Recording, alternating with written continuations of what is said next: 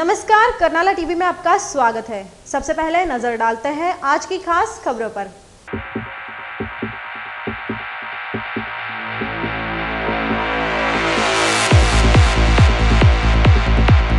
7 अगस्त को होगी वर्षा मैराथन प्रतियोगिता। जय म्हात्रे चैरिटेबल ट्रस्ट द्वारा किया जाएगा आयोजन। प्रतियोगिता की जानकारी देने के लिए बुलाई गई पत्रकार परिषद। गांधारी की तरह आंखों पर पट्टी बांधे बैठी सिडको को लोगों के जान से नहीं है सरोकार। खांदा कॉलोनी में फिर एक बार जर्जर इमारत का छत ढह गया, गनीमत से कोई जीवित हानि नहीं। नवी मुंबई महानगर पालिका में फिर गरमाया अतिक्रमण घोटाले का मुद्दा। नगर सेवक एम.के. मढ़वी, आयुक्त विजय नाहटा सहित कई बड़े अफसर आरोपों के घेरे में। और अपनी हवस के लिए प्रेमिका की जिंदगी बर्बाद करने वाले धोखेबाज प्रेमी को प्रेमिका ने पहुंचा दिया सलाखों के पीछे। हाल ही में हुए मुंबई बम धमाकों की पार्श्वभूमि पर आतंकवाद के खिलाफ लोगों में एकता लाने हेतु जय म्हात्रे चैरिटेबल ट्रस्ट द्वारा एक धाव दहशतवादा विरोधात इस संदेश के तहत वर्षा मैराथन प्रतियोगिता का आयोजन 7 अगस्त को किया गया है, जिसके बारे में जानकारी देने के लिए प्रतियोगिता के समन्वय समिति द्वारा बुधवार को पत्रकार परिषद का आयोजन किया गया था। हाल ही में मुंबई में हुए बम धमाकों के बाद मुंबई की सुरक्षा का मुद्दा चर्चा में आया था।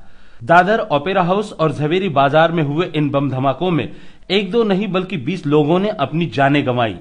इन बेकसूर लोगों को श्रद्धांजलि अर्पित करने के लिए तथा आतंकवाद के खिलाफ लोगों में एकजुट लाने के लिए जय म्हात्रे चैरिटेबल ट्रस्ट द्वारा एक धाव दहशतवादा विरोधात यह संदेश लेकर वर्षा मैराथन प्रतियोगिता का आयोजन 7 अगस्त 2011 को किया जाने वाला है।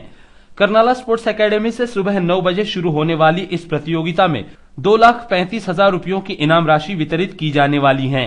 विभिन्न आयु वर्ग में आयोजित किए जाने वाले इस वर्षा मैराथन प्रतियोगिता के यशस्विता के लिए विधायक विवेक पाटिल की अगुवाई में पूर्व नगराध्यक्ष जय म्हात्रे, शेकापक्ष के जिला सचिव बालाराम पाटिल, शहर सचिव नितिन पाटिल, नगराध्यक्ष संदीप पाटिल आदि की कोऑर्डिनेशन समिति गठित की गई है।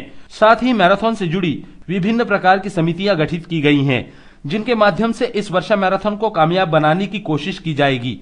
इस जिला स्तरीय वर्षा मैराथन प्रतियोगिता के आयोजन के बारे में जानकारी देने के लिए बुधवार को पनवेल स्थित होटल पीस पार्क में पत्रकार परिषद का आयोजन किया गया था।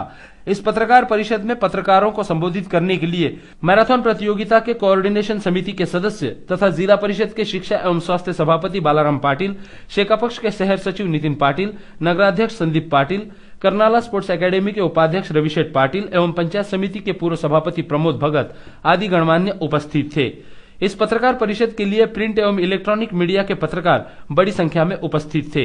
इस अवसर पर बालाराम पाटिल ने वर्षा मैराथन प्रतियोगिता के बारे में उपस्थित पत्रकारों को जानकारी दी। शहरामध्ये जे दहशतवादी हल्ले झाले त्या आणि तत्पूर्वी झालेल्या साऱ्या हल्ल्यांच्या बाबतीत पनवेल आणि रायगडकरांच्या भावना प्रामुख्याने व्यक्त कराव्या म्हणून रन अगेन्स्ट टेररिझम आणि एक धाव दहशतवादाविरोधात या ब्रीदवाक्याखाली आम्ही ही मॅरेथॉन स्पर्धा आयोजित केलेली आहे।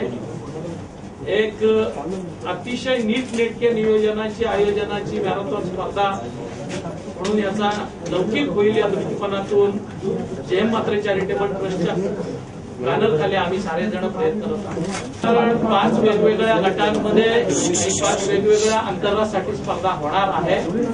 बक्षिसाची रक्कम 2,35,000 आहे। त्यांना बक्षीस समारंभाच्या कालावधीमध्ये या ठिकाणी आर्थिक सहाय्य करण्याचा देखील आपला मागणी। वहीं बालाराम पाटिल, नितिन पाटिल और संदीप पाटिल ने पत्रकारों द्वारा पूछे गए सवालों के जवाब दिए। सर, हा स्तुत्य उपक्रम आहे, पण याचं स्वरूप जे जिल्हा स्तर ठेवलंय ते जर आता म्हणजे ठाणे जिल्ह्यातील नवी मुंबई भाग पण येतोय पनवेलच्या एरियामध्ये, तर तसं नवी मुंबईतील स्पर्धक यात सहभागी होऊ शकतात का? या ठिकाणी जिल्हा स्तराची कार्यक्षेत्र ठेवत असताना आपण प्रामुख्यानं खासदार किंवा पनवेल मधल्या कॉलेजेसमध्ये जे विद्यार्थी आहेत त्या कॉलेजेसच्या विद्यार्थ्यांना आपण सहभागी करून प्रत्येक शाळेतील विद्यार्थी आणि कॉलेजच्या विद्यार्थ्यांना आपण पार्टिसिपेट करून बोलवतो। तिथे समजा जर वाशीचा जर कॉलेजमध्ये जर विद्यार्थी जर असेल तर तो याच्यामध्ये अलाउड केला आहे। शाळा कॉलेजेसचे विद्यार्थी यादीमधून जे त्या शाळा आणि कॉलेजेसमध्ये शिकतायत, ज्या शाळा जिल्ह्याच्या हद्दीतील आहेत त्या विद्यार्थ्यांना आपण परवानगी देतो। इसमें एक बात आपने लिखा है दहशतवाद विरोधात मैराथन, एक वर्ड ये यूज किए हैं और एक जगह आपने यूज किया वर्षा मैराथन। तो ये दोनों का कंसेप्ट जरा मुझे समझाएंगे कि ये जो दहशतवाद विरोधात को एक वर्षा मैराथन की भी जो संज्ञा दी गई वो क्यों दी गई है? मैराथन अभी बारिश में हो रही है, बारिश में होने वाली मैराथन वर्षा मैराथन कहलाती है। और इसका जो स्लोगन है वो एक धाव दहशतवादा विरोधी, अंग्रेजी में रन अगेंस्ट टेररिज्म, ऐसा है। लेकिन इसका मतलब है कि ये जो वर्षा मैराथन का कंसेप्ट है ये आपका हर साल का कंसेप्ट है या ये इसी साल है? तो अभी तो फिलहाल हम लोगों ने जो बॉम्ब स्फोट हो गए मुंबई में उसी के चलते रखा है। नेक्स्ट ईयर क्या कंटिन्यूएशन करने का, क्या करने का अभी तक सोचा नहीं। क्योंकि वर्षा मैराथन जो आपने नाम दिया वो दहशतवाद से कहीं टैली नहीं करता है। अगर दहशत वर्षा मैराथन यानी बारिश में हो रही है करके वर्षा, बारिश वर्षा, लेकिन इसी साल केवल होगा या आपने हर साल करने का निर्णय? ये साल से हमने शुरू किया है, कंटिन्यूएशन करेंगे। तारखेला आपला कार्यक्रम आहे, ब्लूप्रिंट काय तयार आहे का? किती पोलीस मंडळी येणार आहेत? तुमचे खासगी सुरक्षा रक्षक किती असणार? कारण महामार्ग तुम्ही क्रॉस करणार आहात, त्यावेळेस महामार्ग रोखावा लागणार आहे।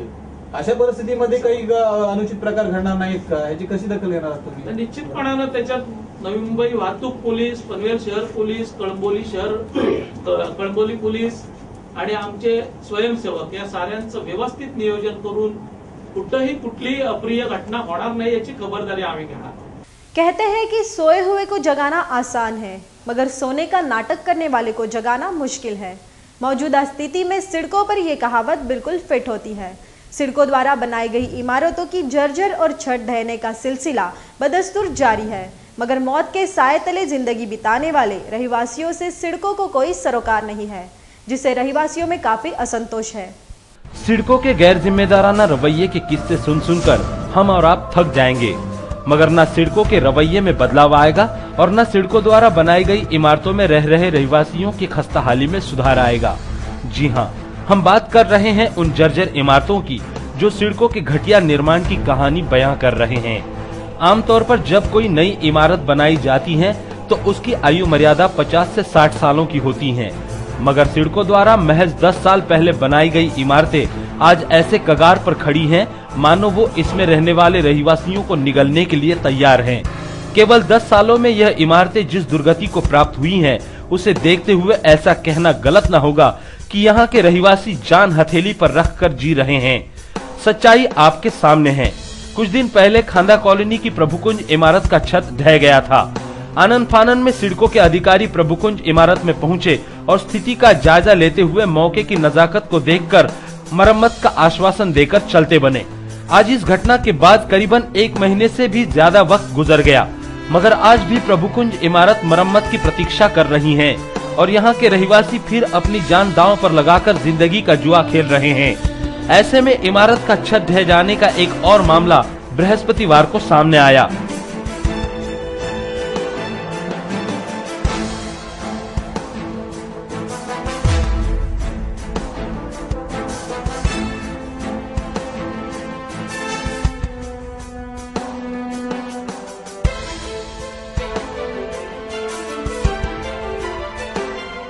खांदा कॉलोनी स्थित त्रिवेणी संगम इमारत में रहने वाली नूरजहां शेख के घर का छत बृहस्पतिवार को ढह गया। संध्याकाळी 7 वाजता मी जेवण करायला नेहमी घरी येते, त्याच वेळेला घटना घडली। या सिडकोला वारंवार सांगून सुद्धा फक्त स्लॅब पडले, खपड्या पडल्या याचा अर्थ ते तसं पकडतात आणि जीव गेल्यानंतर माणसाला ते करणार का? सांगा, आमचा जीव गेल्यानंतर ते काय करणार? त्याचं भरपाई करून देणार जीव गेल्यानंतर आमचं? आता सिडकोवर आम्ही काय करायचं ती कारवाई जे आम्हाला जे योग्य वाटेल ती सिडकोला आम्ही करणारच कारवाई। यांचं म्हणजे निषेध करणार आहे सिडकोचा पूर्णपणे। ही 20 वर्ष झाली सिडकोने असं पण आम्हाला फसवलंय। चाळ सिस्टीम सांगितली, 27,000चं घर 73,000 दिलं आणि बिल्डिंग बनली। 87चं बुकिंग आहे, 10 वर्षांनी आम्हाला पोजेशन दिलंय, 20 वर्ष झाली या बिल्डिंगला। अब हो सकता है कि सिडकों के अधिकारी फिर एक बार दुर्घटना का मुआयना करने का फार्स करेंगे और फिर मरम्मत का आश्वासन देकर अपना दामन छुड़ा लेंगे।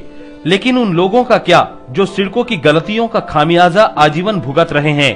क्या सिडकों उन्हें यूं ही घुट घुट कर जीने के लिए छोड़ देगी या फिर यह लाचार बेबस रहिवासी मौत के साए तले जीवन बिताते रहेंगे? सभी सवालों का जवाब अब सिडकों को ही देना है। कैमरा पर्सन विजय खुटले के साथ करनाला टीवी के लिए हरीश मोकल की रिपोर्ट। नवी मुंबई महानगर पालिका की आम सभा में अतिक्रमण घोटाले का मुद्दा फिर एक बार गरमाया। बताया जाता है कि इस घोटाले में एनसीपी नगर सेवक एमके मडवी सहित पालिका के बड़े बड़े अधिकारियों के नाम शामिल है, मगर एमके मडवी का कहना है कि उन्हें फंसाया गया है। क्या है सच्चाई, ये तो आने वाला समय ही बताएगा, मगर फिलहाल एमके मडवी सहित मनपा के कई बड़े अधिकारी आरोपों के घेरे में खड़े हैं। नवी मुंबई महानगर पालिका में बुधवार को आम सभा बुलाई गई थी, जिसमें एक बार फिर अतिक्रमण घोटाले का पिटारा खुल गया, जिसकी आग में कई लोग झुलस गए। अतिक्रमण घोटाला तकरीबन 3.5 करोड़ रुपयों का बताया जा रहा है। इस घोटाले में महानगर पालिका के 5 कर्मचारियों पर गाज गिरी थी, लेकिन चार्जशीट दाखिल करने के मामले पर एक बार फिर बवाल खड़ा हो गया है। भूतपूर्व एनसीपी नगर सेवक एमके मडवी को इस मामले का मुख्य सूत्रधार बताया जा रहा है, जिस पर पुलिस थाने में मुकदमा भी दर्ज है, मगर उसके बाद से लेकर आज तक एमके मडवी जमानत पर रिहा है। हालांकि इस विषय पर सफाई देते हुए मडवी ने कहा है कि मुझे बलि का बकरा बनाया गया है। दूसरी तरफ उन्होंने यह भी सवाल उठाए हैं कि अतिक्रमण घोटाले में 5 लोगों को ही क्यों लपेटा गया है, क्या बाकी के अधिकारी जिम्मेदार नहीं हैं?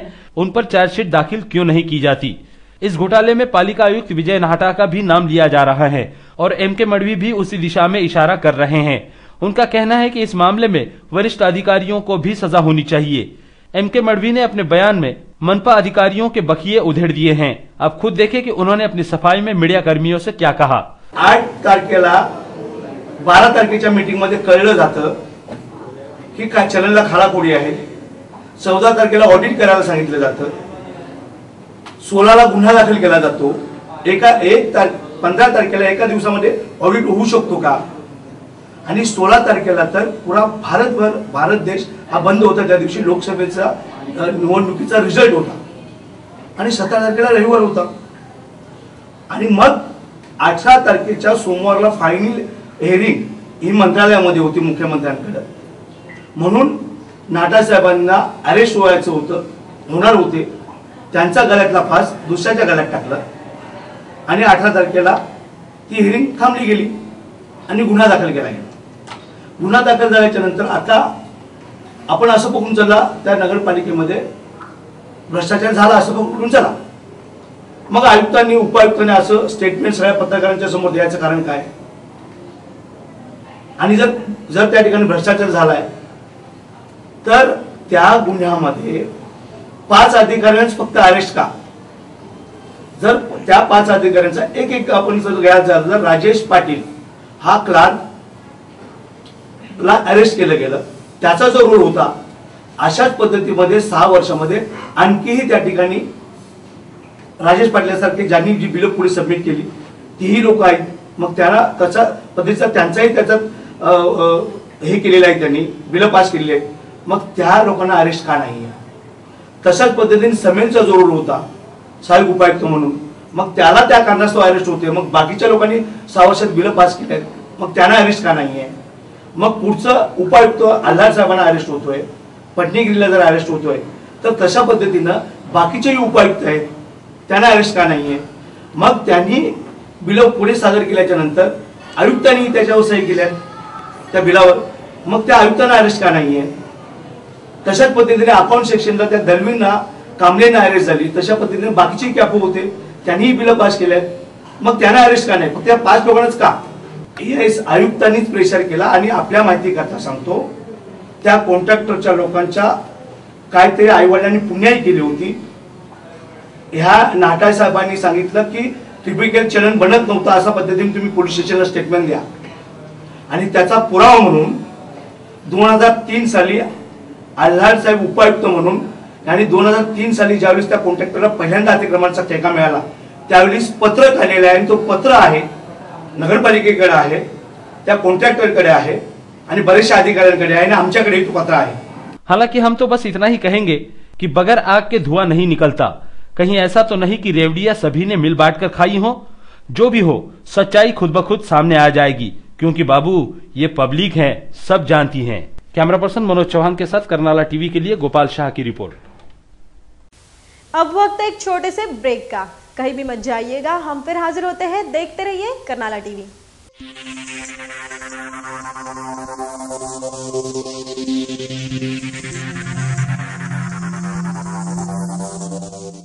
जनतेचा एकच निर्वाळा बँक असावी तर कर्नाळा. कर्नाळा नागरी सहकारी बँक. संपूर्ण कोकण विभागात सहकारी बँकेचा प्रथम क्रमांक मिळवून यशाच्या अत्युच्च शिखरावर आरूढ झालेली, ग्राहकांच्या विश्वासास पात्र असलेली रायगड जिल्ह्यातील एकमेव अग्रगण्य बँक कर्नाळा नागरी सहकारी बँक. केवळ 14 वर्षांच्या काळात यशाची गगनभरारी घेणाऱ्या बँकेच्या ठेवी 255 कोटींच्या वर. स्थापनेपासून रिझर्व्ह बँकेच्या निकषानुसार ग्रेड 1 आणि वैधानिक लेखा परीक्षणात अवर्ग दर्जा कायम राखलेली जनतेच्या विश्वासाची बँक कर्नाळा नागरी सहकारी बँक. भांडवल पर्याप्ततेचे प्रमाण 13.2%. बँकेचा निव्वळ नफा 3 कोटींच्या वर. एनपीएचे प्रमाण 6.19%. मुदत ठेवी अर्थात डिपॉझिट्सवर आकर्षक व्याज. ज्येष्ठ नागरिकांना 1% अधिक व्याज. कर्जासाठी सुयोग्य मार्गदर्शन आणि बँक लॉकर्सचीही सेवा उपलब्ध.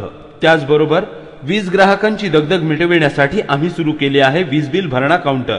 बँकेने सुरू केली आहे सोने तारण कर्ज योजना. दर साल दर शेकडा 11% व्याजाने. Maharashtra state cooperative bank association मुंबईद्वारे बँकेला मिळाले आहे पहिल्या आणि दुसऱ्या क्रमांकाचे पारितोषिक. त्यामुळेच बँकेच्या प्रगतीत मानाचा तुरा खोवला गेला आहे. अत्याधुनिक सेवा सुविधांनी सुसज्ज अशा आमच्या शाखा खारघर, नवीन पनवेल, महाड आणि तक्कागाव. बँकेच्या यशाचा आलेख सदैव चढता ठेवण्यासाठी कटिबद्ध आहेत आमचे सर्व संचालक आणि आमचे मार्गदर्शक बँकेचे अध्यक्ष माननीय आमदार विवेकानंद पाटील. माननीय आमदार विवेकानंद पाटील यांच्या उक्तीप्रमाणे अविश्रांत मेहनत आणि प्रामाणिकपणा हे यशाचे गमक या ध्येयाने आपल्या सेवेसाठी तत्पर आहेत बँकेचे मुख्य कार्यकारी अधिकारी तथा सरव्यवस्थापक हेमंत सुताने आणि त्यांचा कर्मचारी वृंद. तेव्हा बँकेच्या विविध योजनांचा लाभ घेण्यासाठी आणि सौजन्यशील सेवेसाठी सोमवार ते शनिवार सकाळी 9:30 ते 1:30 आणि दुपारी 2:30 ते सायंकाळी 6 या वेळेत प्रत्यक्ष संपर्क साधा. आमचा पत्ता कर्नाळा नागरी सहकारी बँक लिमिटेड, रतन मार्केट, पहिला मजला, टपाल नाका, उरण रोड, पनवेल. आमचे दूरध्वनी क्रमांक आहेत 27459111, 2746 2700 आणि 32983363. जनतेचा एकच निर्वाळा बँक असावी तर कर्नाळा. कर्नाळा नागरी सहकारी बँक.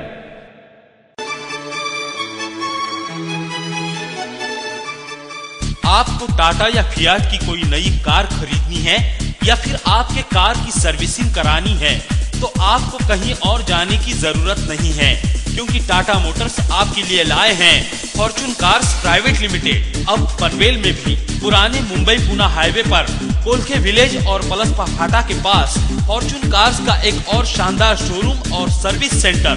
हमारे यहाँ आपको मिलेगी टाटा और फियाट कंपनी की हर प्रकार की कारें, जैसे टाटा की Indigo Manza, Indigo CS, Indica, Indica Vista, Safari Dicor, Sumo Victa, Sumo Grand MK2, Xenon और दुनिया में तहलका मचा देने वाली नैनो कार. वही फियाट की पुंटो और लिनिया गाड़ी भी हमारे यहाँ उपलब्ध है. फॉर्च्यून कार्स ने अब शुरू किया है अपना सर्विस सेंटर भी, जहां तजुर्बेकार मैकेनिक्स के जरिए आपके गाड़ी के हर पुर्जे की जांच कर हम आपको प्रोवाइड करेंगे सर्वोत्तम सर्विस. तो देर किस बात की, अपने और परिवार के सपनों को साकार करने के लिए फौरन आइए हमारे पास. आपके सपनों को साकार करने का वादा फॉर्च्यून कार्स का यही है इरादा.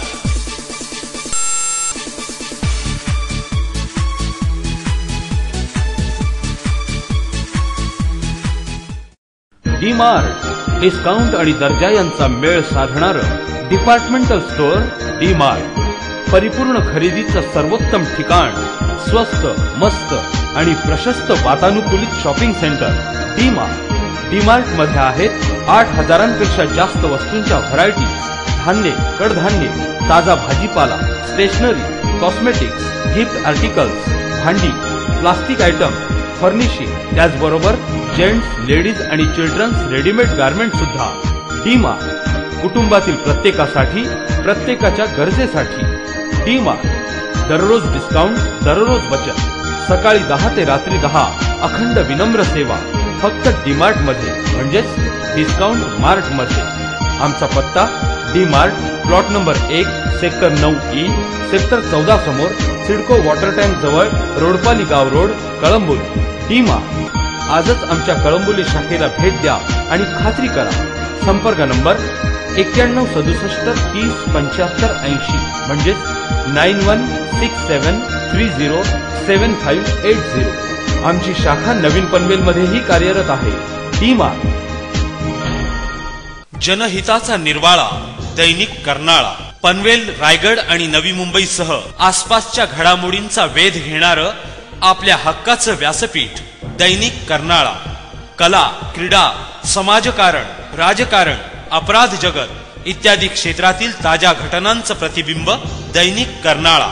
आपल्या भावभावनांचं दर्पण आणि आपल्या हक्काचा आवाज दैनिक कर्नाळा.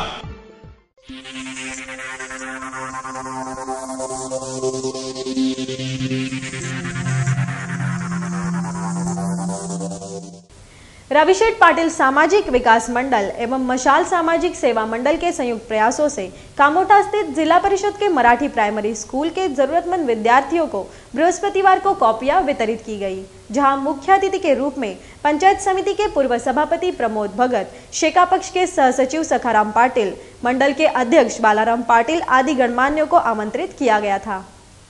रवि पाटिल सामाजिक विकास मंडल बहाल एवं मशाल सामाजिक सेवा संस्था उरण के संयुक्त प्रयासों से कामोठा स्थित रायगढ़ जिला परिषद के मराठी प्राइमरी स्कूल के विद्यार्थियों को कॉपियां वितरित की गई. बृहस्पतिवार को आयोजित इस कार्यक्रम के लिए पंचायत समिति के पूर्व सभापति प्रमोद भगत, शेका पक्ष के तालुका सह सचिव सखाराम पाटिल, समिति की अध्यक्षा स्वाति म्हात्रे, रवि पाटिल सामाजिक विकास मंडल के अध्यक्ष बालाराम पाटिल, उपाध्यक्ष अरुण दापोलकर, मनोहर चिमने, नंदकुमार ठाकुर, स्कूल के चेयरमैन शंकर म्हात्रे, रवि गोवारी, विठोबा गायकर, बालाराम चिपलेकर आदि गणमान्यों सहित ग्रामवासी, अध्यापक एवं विद्यार्थी बड़ी संख्या में उपस्थित थे. इस अवसर पर बालाराम पाटिल ने विद्यार्थियों को संबोधित किया. आपल्या पनवेल तालुक्यामध्ये रायगड जिल्ह्यामध्ये एक आदर्श शाळा आहे आणि आम्ही भाग्य समजतो की या शाळेमध्ये आज आमचा सत्कार आमच्या हस्ते या समस्त विद्यार्थ्यांना वया वाटपाचा कार्यक्रम सादर होत आहे. त्यामुळे आम्ही भाग्य समजतो आणि या विद्यार्थ्यांना वहीची किंमत काही नाही, पण दिलेली वस्तू ही अभ्यास करण्यासाठी आहे आणि अभ्यास करून आपल्या शाळेचं नाव, आपल्या तालुक्याचं नाव, आपल्या वडिलांचं नाव, नव्हे तर आपल्या जिल्ह्याचं नाव तुम्ही काढाल हे आपल्याकडून मी एक अपेक्षा. कार्यक्रम के दौरान गणमान्यों के हाथों विद्यार्थियों को कॉपियां वितरित की गई.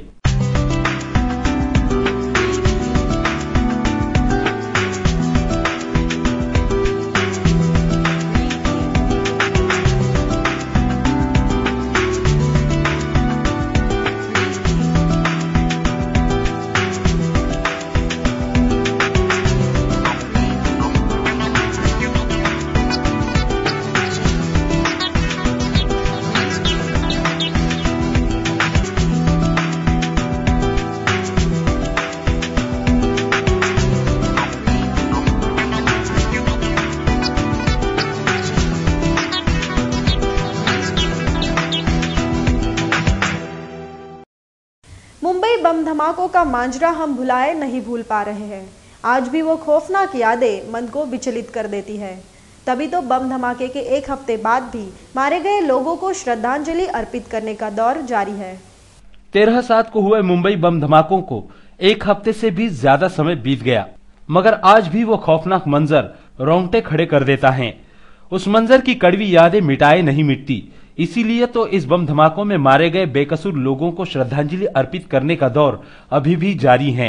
आतंकवाद का राक्षस कितना भी भयानक क्यों न हो, हम आतंकवाद से डरते नहीं. यह जताने के लिए कहीं मानवीय श्रृंखलाएं बनाई जा रही हैं, तो कहीं शांति यात्राएं निकाली जा रही हैं.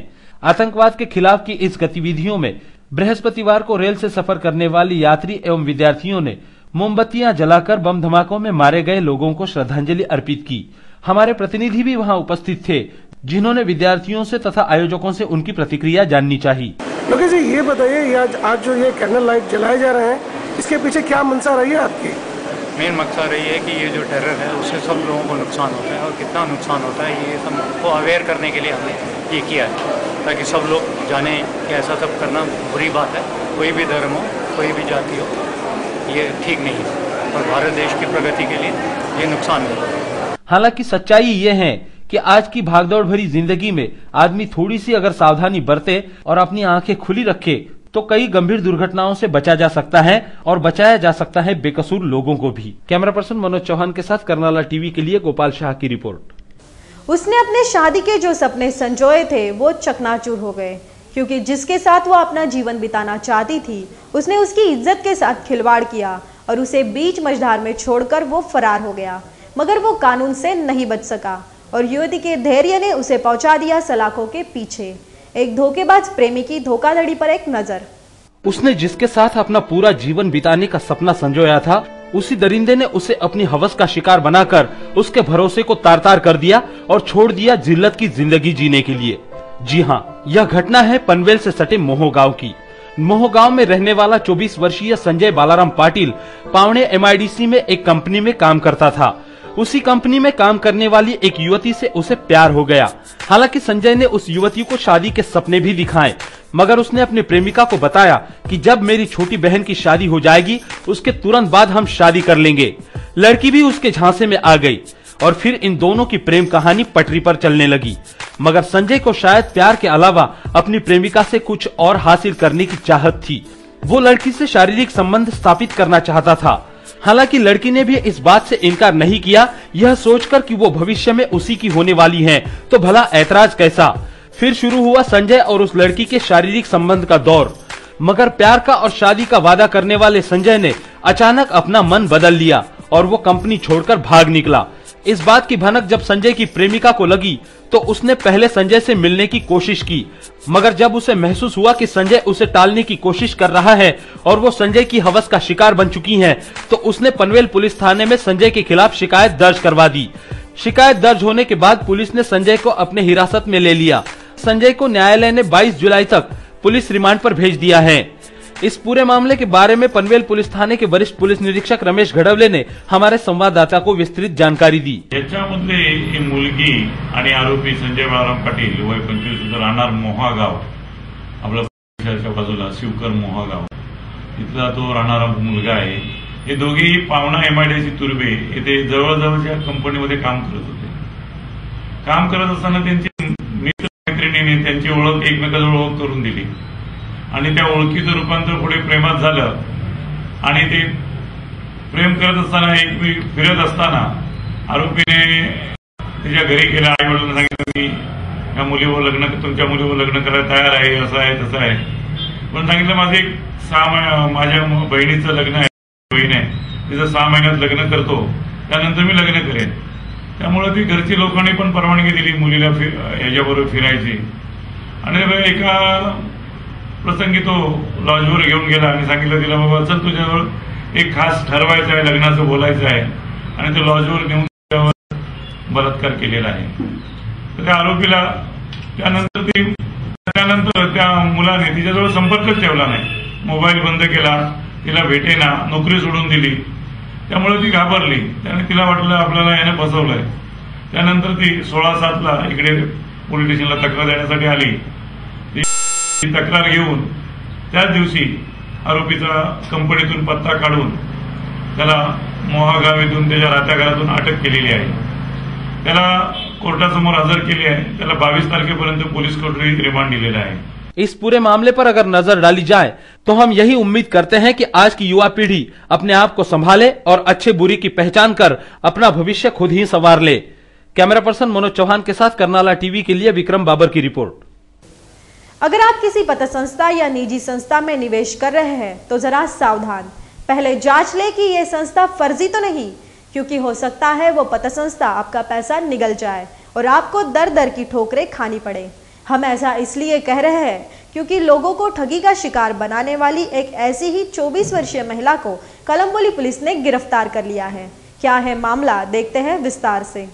बुरे काम का बुरा नतीजा, यह कहावत तो आपने सुनी ही होगी और शायद ऐसे लोगों को भी देखा होगा। हम कुछ ऐसे लोगों को बेनकाब करने जा रहे हैं जो लोगों की गाढ़ी कमाई खा चुके हैं। कहानी कुछ इस प्रकार है। वैशाली देवीदास सुरटे नामक 24 वर्षीय युवती ने सिद्धि नागरी जनता सहकारी पत्र संस्था के नाम से कामोठा, खारघर, पनवेल आदि विभाग की महिलाओं से 20, 25 तथा 1000 रुपयों तक का कलेक्शन किया था। 3 सालों तक वैशाली सुरते यह कलेक्शन करती रही, मगर सितंबर 2010 से उसने कलेक्शन करना बंद कर दिया और वो सारा पैसा समेटकर चंपत हो गई। संस्था के ग्राहकों ने इसके बारे में जब जानना चाहा तो उन्हें पता चला कि पत्र संस्था बंद हो चुकी है।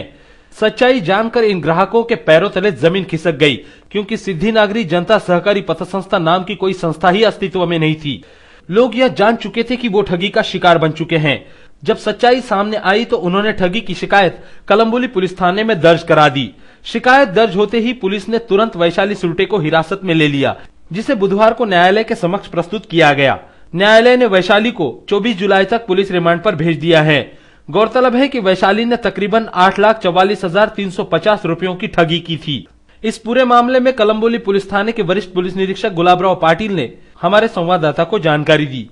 सिद्धिविनायक जनता नागरी सहकारी पतपेढी नावाचे पतपेढीचे बुक छापले होते आणि ते बुक वरती डेली कलेक्शन करायची 2 सब एजंट नेमून आणि एकूण कामोठ्यातून 10 ते 12 लोकांनी आपल्याकडे तक्रार केली आहे। टोटल त्यांनी 8,44,350 रुपयाला फसवणूक केलेली आहे आणि ती पतपेढी ज्या पतपेढीचे बुक त्यांनी छापलेले आहेत ती पतपेढी अस्तित्वात नाही दिलेल्या पत्त्यावर। जो रजिस्ट्रेशन नंबर वापरलेला आहे तो सुद्धा कळंबोलीत दुसरी एक पतपेढी आहे, शिवाई महिला ग्रामीण बिगर शेती पतपेढी, या पतपेढीचा रजिस्ट्रेशन नंबर वापरलेला आहे। आतापर्यंत तपासात आपल्याकडे 10 ते 12 लोकांच्या तक्रारी आहेत आणि हाऊस सर्चमध्ये त्याच्याकडे काही ब्लँक पासबुक मिळाले त्या पतपेढीचे आणि काही पैसे भरलेले पासबुक पण मिळालेत, पण त्याच्यावर फक्त नाव आहेत, त्यांचे पत्ते नाहीत। त्याच्यामुळे आता अजून लोक याच्यात अजून फसवणूक झालेले लोक वाढण्याची शक्यता आहे। हे सब एजंट मार्फत हे कलेक्शन झालेलं आहे, त्याच्यामुळे आज आपल्याला या स्टेजला किती लोकांना एक्झॅक्ट फसवण्याचे फिगर सांगता येणार नाही, पण सब एजंटने जी आपल्याकडे तक्रार दिलेली आहे त्याच्यात त्यांनी कलेक्शन करून 70 ते 80 लोकांकडनं 2,70,000 रुपये त्या सब एजंटने या आरोपीला दिलेले। सप्टेंबर 2010 पर्यंत हे कलेक्शन चालू होतं। जेव्हा सप्टेंबर 2010ला सब एजंटला आरोपीने पैसे बंद करायचे, कलेक्शन घ्यायचं बंद करायचं सांगितलं, तेव्हा त्यांनी विचारलं का पैसे का बंद करायचे, तर त्यांनी सांगितलं की पतपेढी बंद पडली। मग या लोकांनी पतपेढी पासबुकवर असलेल्या पतपेढीच्या पत्त्यावर जाऊन चौकशी केली, तर आजूबाजू चौकशी करता असं समजलं की इथं या नावाची पतपेढी कधीच नव्हती। मग त्या लोकांनी फॉलोअप करून त्यांनी दिलेल्या तक्रार अर्जावरून हा गुन्हा दाखल झालेला आहे। अजून याच्यात आता हे पासबुक आता अटक आरोपीचं म्हणणं आहे की पुढे अजून त्यांनी दुसऱ्याला दिले आणि त्यांनी ते पासबुक आणून दिलेले आहे। आता तपास चालू आहे, त्याच्यामुळे आरोपीचं नाव, पुढचा जो आरोपी त्याचं नाव मी डिस्क्लोज करत नाही, तपास चालू आहे। जसं तपासात प्रोग्रेस होईल तसं पुढची माहिती आपल्याला देईल। हम अपने दर्शकों को बस यही कहना चाहेंगे कि अगर आप अपना पैसा कहीं लगा रहे हैं तो पहले उस संस्था की पूरी जानकारी हासिल करें, ताकि भविष्य में आप पर पछताने की नौबत न आ जाए और साथ ही आपका पैसा भी सुरक्षित रहे।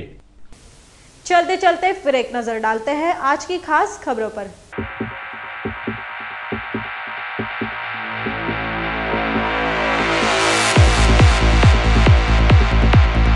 7 अगस्त को होगी वर्षा मैराथन प्रतियोगिता। जय म्हात्रे चैरिटेबल ट्रस्ट द्वारा किया जाएगा आयोजन। प्रतियोगिता की जानकारी देने के लिए बुलाई गई पत्रकार परिषद। गांधारी की तरह आंखों पर पट्टी बांधे बैठी सिडको को लोगों के जान से नहीं है सरोकार। खांदा कॉलोनी में फिर एक बार जर्जर इमारत का छत ढह गया, गनीमत से कोई जीवित हानि नहीं। नवी मुंबई महानगर पालिका में फिर गरमाया अतिक्रमण घोटाले का मुद्दा। नगर सेवक एम.के. मढ़वी, आयुक्त विजय नाहटा सहित कई बड़े अफसर आरोपों के घेरे में। और अपनी हवस के लिए प्रेमिका की जिंदगी बर्बाद करने वाले धोखेबाज प्रेमी को प्रेमिका ने पहुंचा दिया सलाखों के पीछे। आज के लिए बस इतना ही। करनाला टीवी के बारे में आपकी कोई राय या सुझाव हो या फिर आप कोई खबर देना चाहते हैं तो आप हमें 27457338 इस नंबर पर संपर्क कर सकते हैं। आपसे फिर मुलाकात होगी, तब तक के लिए नमस्कार।